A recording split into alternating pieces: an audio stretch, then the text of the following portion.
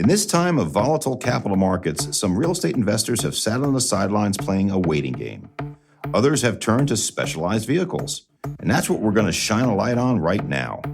On this episode, secondary real estate transactions and indirect investing, some atypical methods of acquiring real estate. If you think about the amount of assets that are owned by private equity funds today, that's roughly north of $1 trillion just owned in closed-end commingled funds. And so that just sort of gives you a sense of how much potentially could be converted into the secondary market.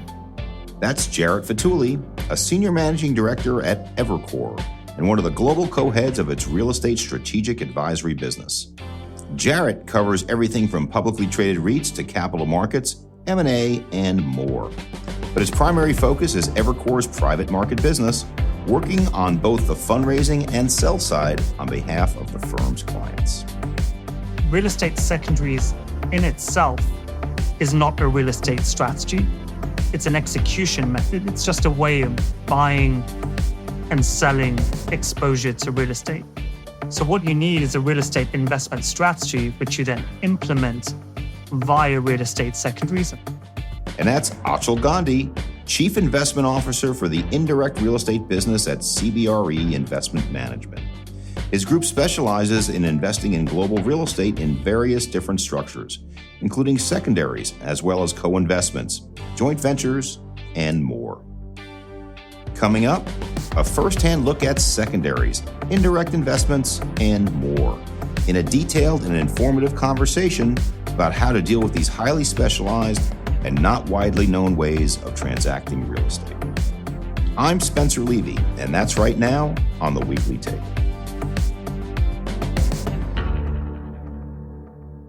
Welcome to The Weekly Take, and this week we're going to tackle a topic we haven't talked about before with two experts in the real estate secondaries space, led by Achal Gandhi. Achal, thanks for coming out.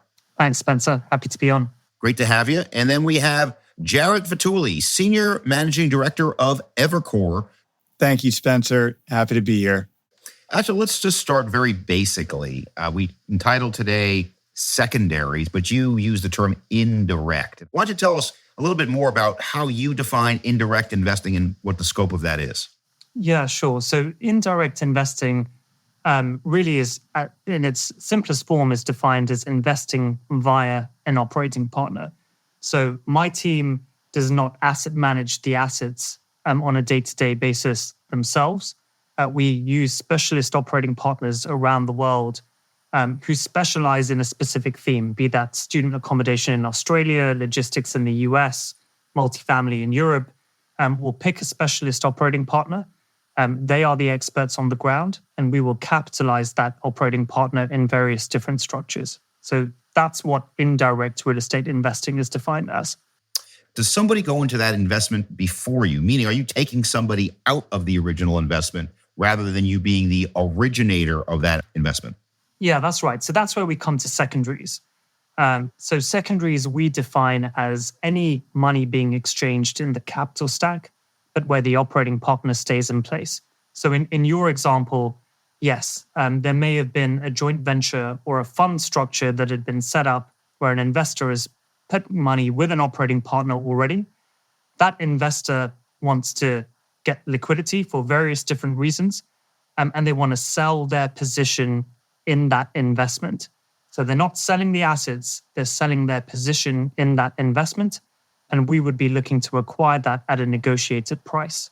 So that's what we define as a secondary, and that comes in various different forms, including LP secondaries, where the selling is initiated by the LP investor, or GP-led secondaries, where the sell is initiated by the operating partner themselves, recapitalizing the structure. And just for our listeners, LP is limited partner, typically not the operator, and GP is the general partner, typically the operator. So Jarrett, how do you define the market and the scope of this opportunity?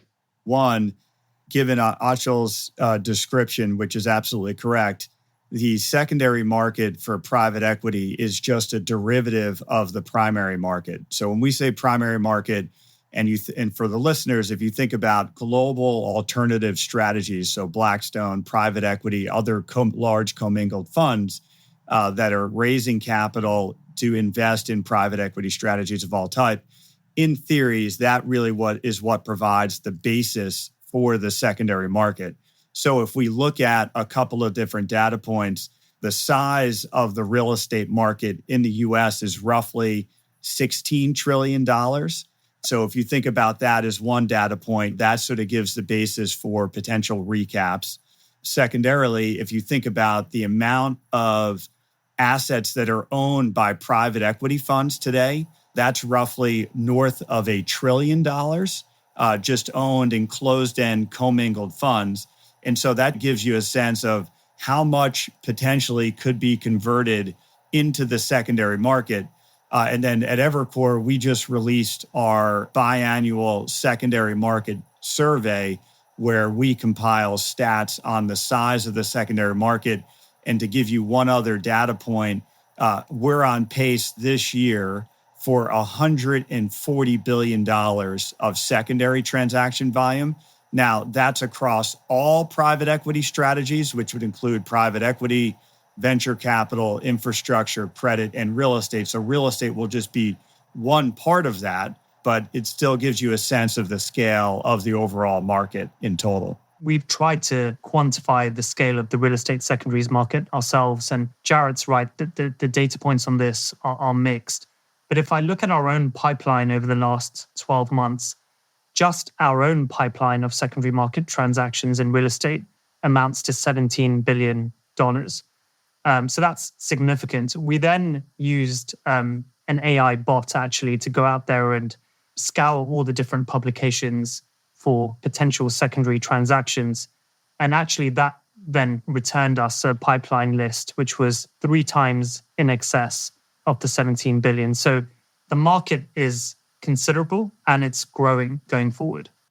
That's a really good point. There are a couple of data providers that will report on fractional real estate transactions. So these are real estate transactions where not 100% of the equity was transacted. So it kind of gets back to your definition. And for 2022, that number was approximately $30 billion. Can you give us a little bit more color on what this AI bot thing is that you use to try to find the size of the market? There are probably people on my team, or not probably, definitely people on my team much more qualified to talk about this than I am. But essentially what it is the ability to program essentially an AI algorithm to go out and search a number of different real estate publications out in the market for certain words and phrases related to secondary transactions. So things like LP secondary, GP secondary, recaps, etc., and then gather all of the data points that come back from that. And we're then able to sift through that information to amalgamate what we think is the transaction volume in secondaries. So there you go. That's my best over 40-year-old explanation of what an AI bot is. So I'm going to back up for a second here. Could one of you just distinguish between what people consider to be fractional ownership in the private individual market versus the institutional market? Maybe Achal? Yeah, sure. Fractional ownership is nothing new in terms of making primary commitments. When you make a primary commitment to a large fund, you are taking a partial ownership of that structure. So all that's happening on the secondary market is that you are buying another LP's interest. And in exchange for buying that LP's interest into that fund structure, you are buying that at a negotiated price between you and the seller. Now, I want to be clear that is for LP secondaries. For GP-led secondaries, typically you are able to go higher on the ownership stack and take really majority stakes. And we'll come on to the differences between LP and GP-led secondaries. But that really is the difference in terms of fractional ownership.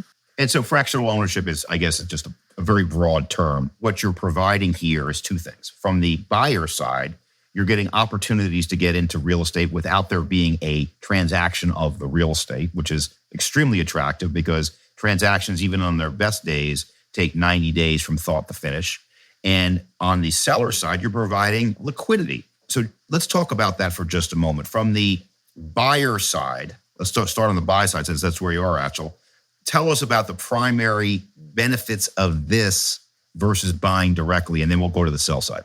The primary benefits of going via the secondary route are, firstly, you have complete visibility of what you're investing in.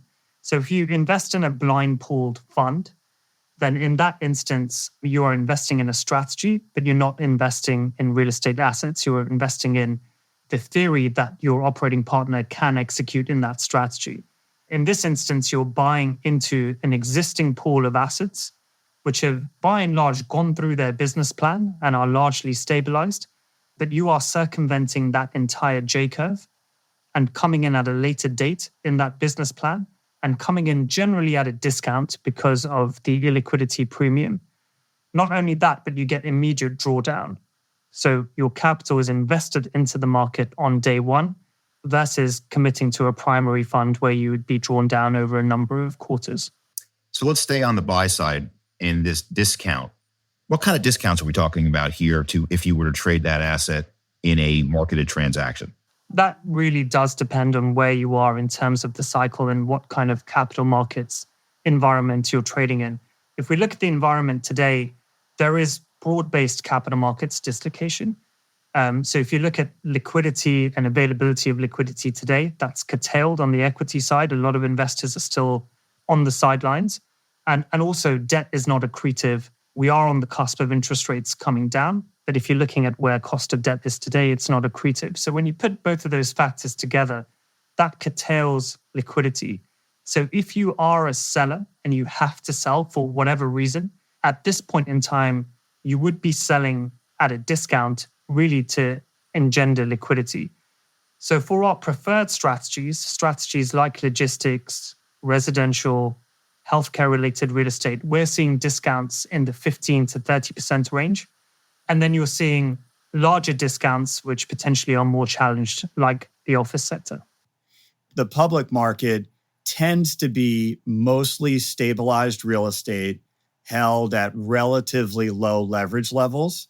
And between the public market and all of the research analysts that provide estimates of net asset value, combined with the impact costs, which are incredibly low to execute a trade, the variance maybe between intrinsic value and where somebody can transact at any given time, just because the liquidity is so high, that variance may be quite small, barring periods of extreme volatility. In the private market, it's sort of a question of like a discount to what? And the reason I say that is, one, a lot of the real estate tends to not be stabilized yet. So i.e. you're doing a development project, you're buying a building that's going through a major capital improvement investment to change the NOI. So that's kind of one. And then number two, each of the GPs goes through what I would call like a mark to model valuation, i.e. you can't just apply a direct cap rate to the NOI and come up with a value. You're making a projection many years out in the future and discounting that back and saying, this is what I think today's value is. On the one hand, it's sort of a discount to where it's marked by the GP, and that creates one element that somebody looks at. And then the other element is, what do I think is intrinsic value? And then where can I buy? Honestly, the more relevant question is, what does buyer and seller think the intrinsic value is? And then obviously where it's marked, it just provides another frame of reference. That phrase of discount to what is key when you're doing real estate secondary transactions, because a number of investors get seduced by a discount, but if the underlying assets are overvalued or there is some sort of appraisal lag, then that discount can get eroded pretty quickly. So you do need to be able to underwrite the underlying real estate. You need to be able to establish what intrinsic value is and then set a price based upon that. Jarrett, let's turn from the buy side now to the sell side. Talk about the primary attractiveness to the sell side of selling into the secondary market. Yeah, quite simply, just similar to the public market, how you have portfolio managers that will look to rotate into and out of stocks over time and to potentially overweight or underweight different sectors. The secondary market for institutional investors, so think about the sovereign wealth funds, the pension plans, the endowments and the foundations, has really just become a portfolio management tool over time, which allows them to monetize some of their investments that either they believe have diminished prospects for future returns or have migrated to be a non-core component of their overall strategy. And they will look to monetize that and redeploy the capital into what they believe are higher conviction strategies. So quite simply, it's just a portfolio management tool. And as the secondary market grows in size, what I referenced again, approaching potentially this year, 140 billion, as the market sells, the buyers get larger themselves, and it creates almost a virtuous circle in some respects because it creates more opportunities for sellers to effectuate portfolio management.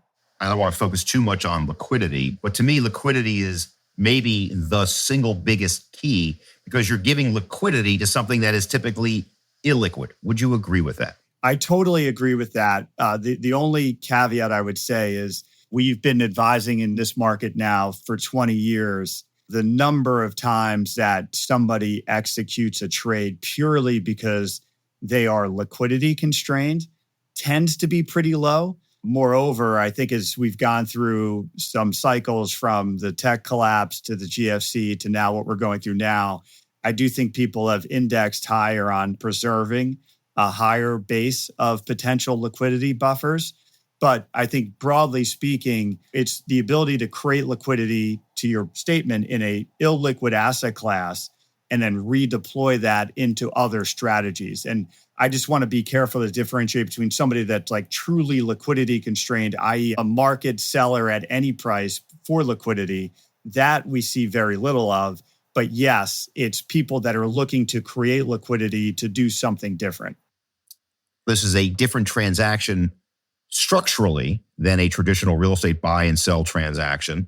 But most of our listeners do the traditional transaction, don't do this. Can you just walk us through one brief case study of we just bought X, this is how we did it, versus a traditional real estate transaction? Maybe I'll start with you, Achal. Any color? Yeah, sure. So I'll talk about a transaction that we executed pretty recently, and this was an LP secondary into a portfolio of US logistics assets. And really the background to this transaction was that there was a large institutional investor that had made a portfolio construction decision to come out of real estate funds that it held around the world. They came to a few kind of trusted parties. We got visibility across their portfolio of funds that they were looking to sell. And we picked this specific vehicle because it had a very strong operating partner. It had a sector which was favorable to us, which was logistics and very strong assets. So in this example, we were able to secure exclusivity with the seller. The seller was selling a portion of the fund, so it owned close to 15% of the overall vehicle. That's what they were selling. We were able to underwrite the assets in a brief time, negotiate a discount. And because of our execution speed, our, I'd say, ability to be a reliable partner, we were able to transact on this and close on the transaction. So this essentially represents buying into a stabilized portfolio of logistics assets, highlights that core at a discount to get to an enhanced level of return. How long did that transaction take from thought to finish, and how long do they generally take? Yeah, I'd say LP secondaries have a much shorter fuse than your typical kind of direct real estate transactions. So this particular one, from start to finish, was roughly around 3 months, but LP secondaries can take even just 4 weeks in terms of executing those. So it's a shorter fuse. GP-led secondaries can take longer and are potentially more akin to direct type transactions. They can be much, much faster. Part of the reason is you're not even doing all the conventional real estate diligence that you would do in a direct transaction. So all the confirmatory property condition reports, kind of lease estoppels, environmental survey, because you're buying into a portfolio of assets and the ownership is not changing and they conceivably already did all that when they first made the acquisition, a lot of that stuff is just not relevant. The easiest example in terms of a case study, how we typically explain it is, if you were a pension plan in the US, you might have, let's just say 10 to 15 different investments in a range of real estate sponsors. And from time to time, you may look to sell those.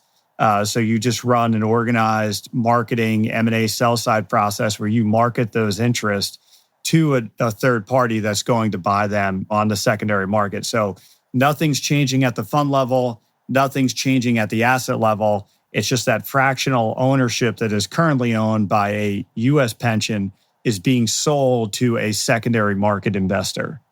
Jarrett, let's now turn to the GP side. So I totally get the LP side of why an LP might want to mix their portfolio balance. We hear about what's known as the denominator effect. You probably hear that term every day. And first, explain what the denominator effect is, how that impacts the LP market, and then let's shift to the GP market.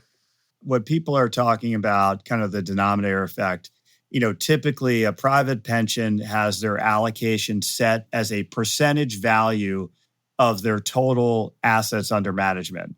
So if a pension has total assets of X, they'll say 20 to 30% of that is going to go into private investments.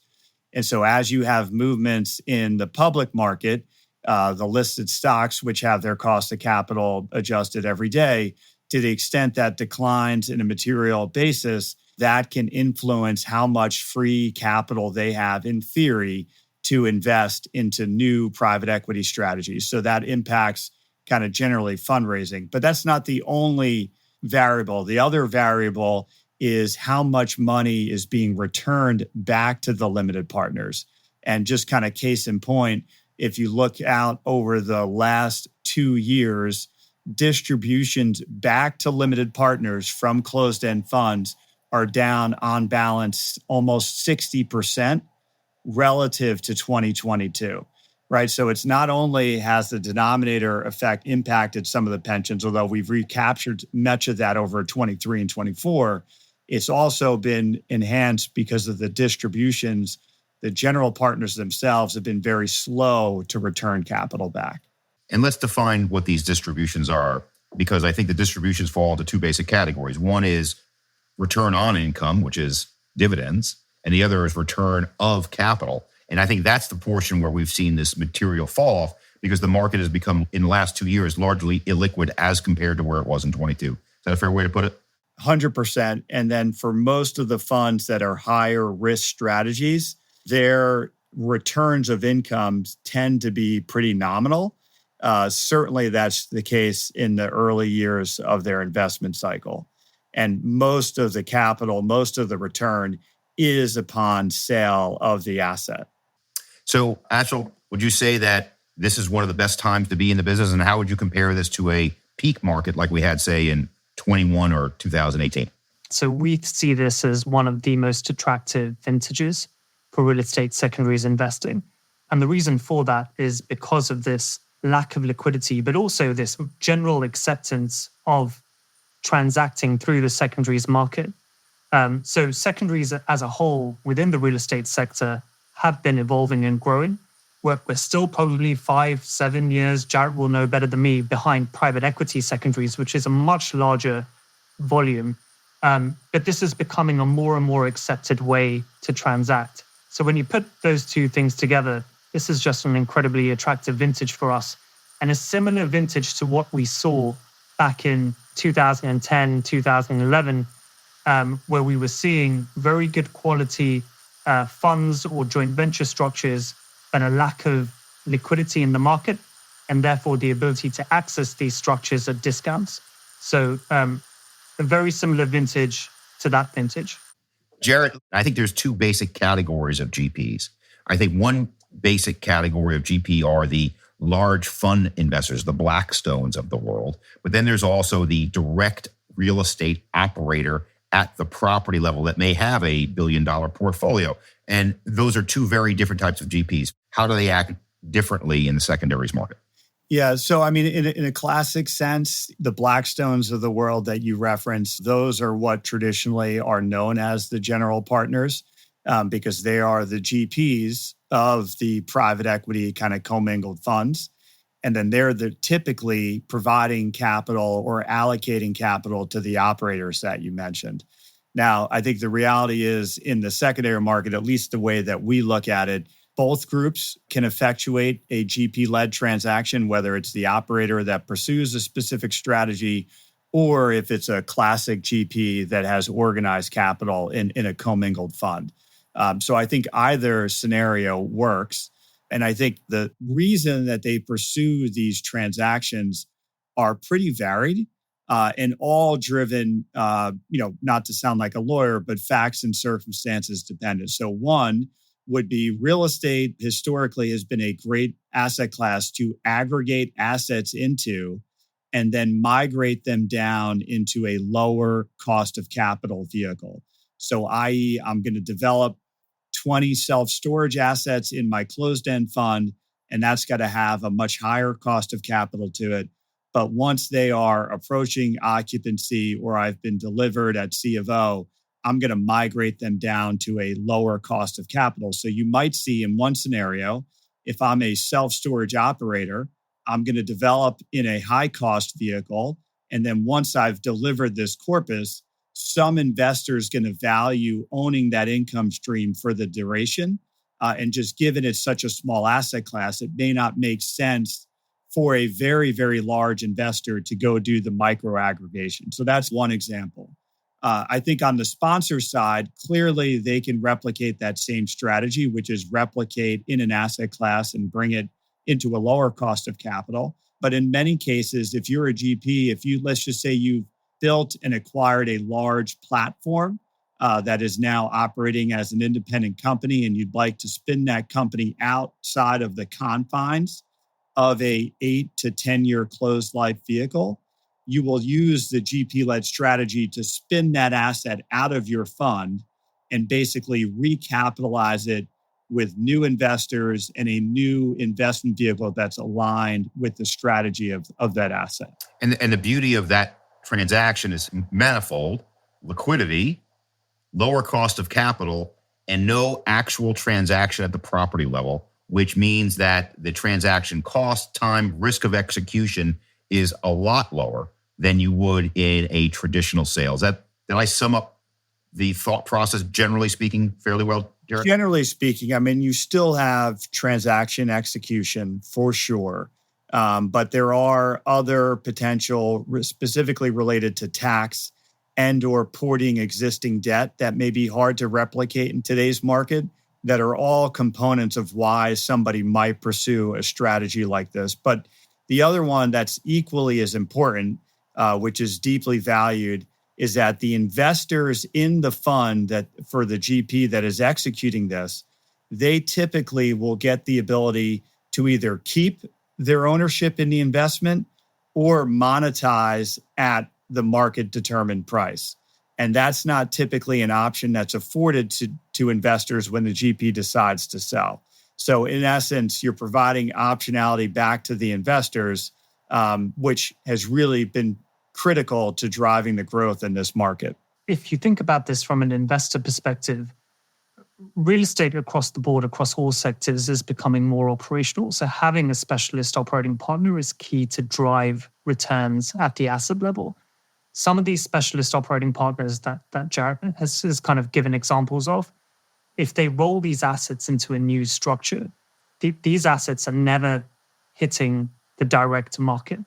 So these assets are always going to be recapitalized. So as an investor, to get access to some of these best quality assets and best operating partners, you need to have some sort of strategy where you can access recapitalizations, GP-led secondaries.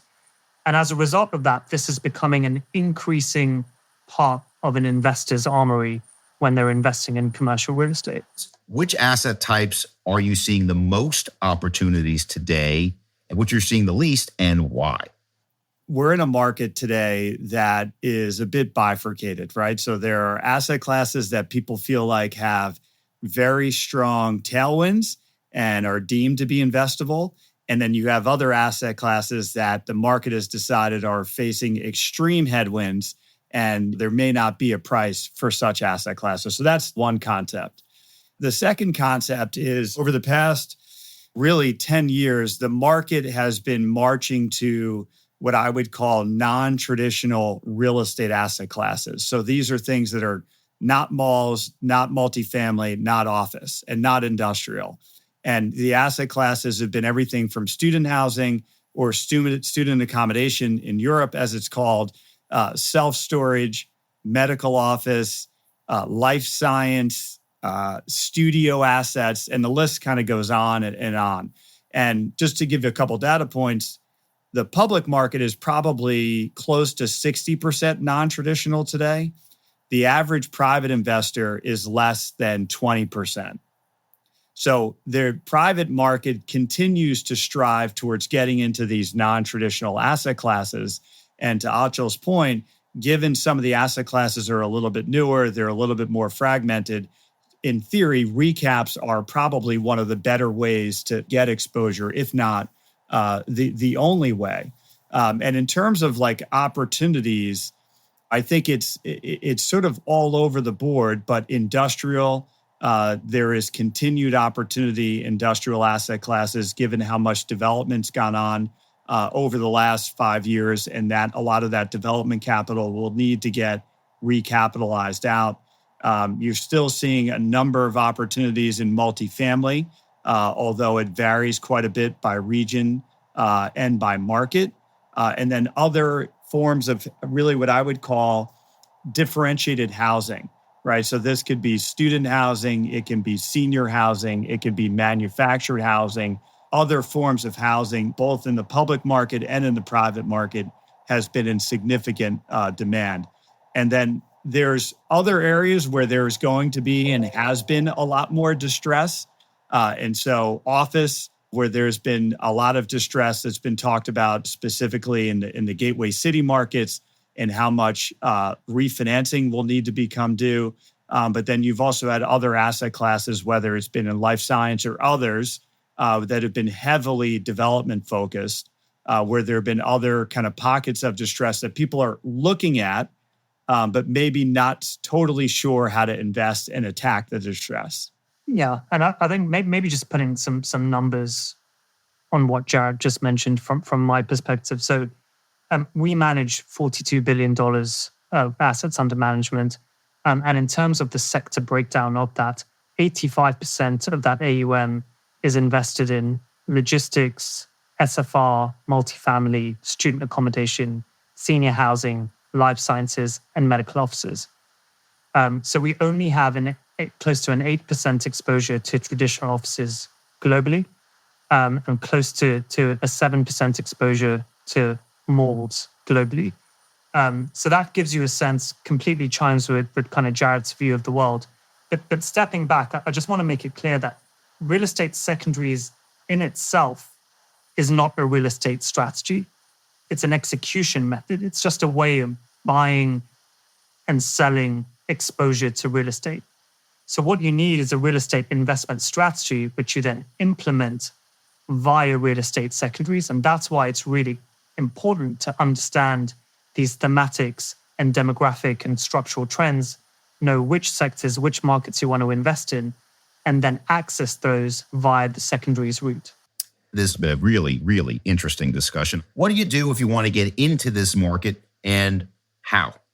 Yeah, sure. So firstly, I guess what I'd say is that secondaries can be used across the risk spectrum. So as Jarrett mentioned, it's a frequently used tool for portfolio management, either trimming positions, growing positions. To actually execute on a secondaries basis, you either need to have a kind of strong internal team that is able to execute and underwrite the real estate, or you use advisors such as Jarrett or investment managers such as ourselves. So there's various kind of routes to access secondaries, but I think the secondaries landscape has changed pretty dramatically over the last 15 years, where 15 years ago, it was really just a financial transaction where you were putting a big blanket discount on a large book of LP secondary positions. Whereas today, it's really about underwriting the real estate at an asset level, understanding that real estate, understanding the intrinsic value of that, and then back solve into a discount that gets you to your prospective return. So having that on-the-ground real estate expertise is key. And that's essentially how the kind of three principal ways of accessing the market, either with an internal team that can underwrite or using advisors or an investment manager.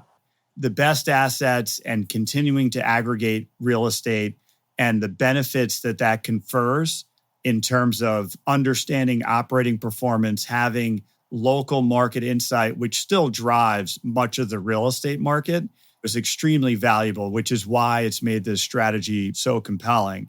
And then the other part, quite frankly, honestly, is just demographics, right? So the second largest demographic cohort in the US are the baby boomers. They obviously are continuing to go through a allocation shift in their own portfolios as they shift to more fixed income strategies away from public equities. And there's no question that real estate, particularly in short duration real estate that can be an inflation hedge, is going to play a huge role in that for that potential investor cohort. And again, all of that should translate very, very well and make secondary strategies a very compelling opportunity for them. Jarrett, how do you see the real estate segment of the secondaries market evolving over the next couple of years? How long is this window of great opportunity going to last? And maybe once this window of opportunity for this dislocation closes, maybe a new one will emerge. How do you see it, Jarrett? Maybe my perspective's either biased or jaded. You could pick the term, just because we've been at this now for 20 years. There's no question, given the dislocation in the capital markets over the last couple of years, this undoubtedly will present a great investment opportunity. And obviously secondaries, I do think will benefit from that. But I think once this dislocation is over, whether it lasts another 18 months or potentially 3 years, I don't think the broad trend lines are going to change, which is continued growth. If you look at the secondary market overall, it's grown at a roughly 15% CAGR over the last 10 years. And I bet if I went back prior to that, it's probably averaged that for 20 years. That's an incredibly high growth rate. And so I just think that is going to continue as investors demand more fractional liquidity, more ability to create and execute portfolio management. And then for all the reasons that we talked about in ways of accessing these assets, how it provides for a differentiated source of return, I think all of those things are going to continue. And I just see continued market acceptance, continued growth in assets, particularly on groups like Achal and others that are organizing capital to prosecute the strategy. For our listeners, CAGR stands for compounded annual growth rate. Achal, how do you see the next several years and beyond for the secondaries market? I don't disagree with Jarrett's view on this. I think that the secondary market is growing in prominence. It will continue to represent a larger and larger share of overall commercial real estate transaction volumes. And as a result of that, you'll have more investors playing in the secondary market to access real estate. Well, on behalf of the Weekly Take, I really want to thank our guests for a terrific discussion today of secondaries, starting with Achal Gandhi, Chief Investment Officer for Indirect Real Estate, CBRE IM, CBRE Investment Management. Thank you so much. Thank you. And then Jarrett Vitulli, Senior Managing Director of Evercore. Thank you so much, Jarrett. Great discussion. Thank you very much for having me. A lot of fun. For more on this relatively obscure corner of the real estate investment business, check out our website, cbre.com/theweeklytake. For related content, including the CBRE cap rate survey for the first half of 2024, check out cbre.com/insights as well. We'll be back soon with deeper dives into other products and projects that are at the forefront of our industry right now. That includes the state of the real estate development business, a look at housing affordability, and more. For now, we hope you'll share the insights on this program, and also remember to subscribe, rate, and review us wherever you listen. Thanks for joining us. I'm Spencer Levy. Be smart, be safe, be well.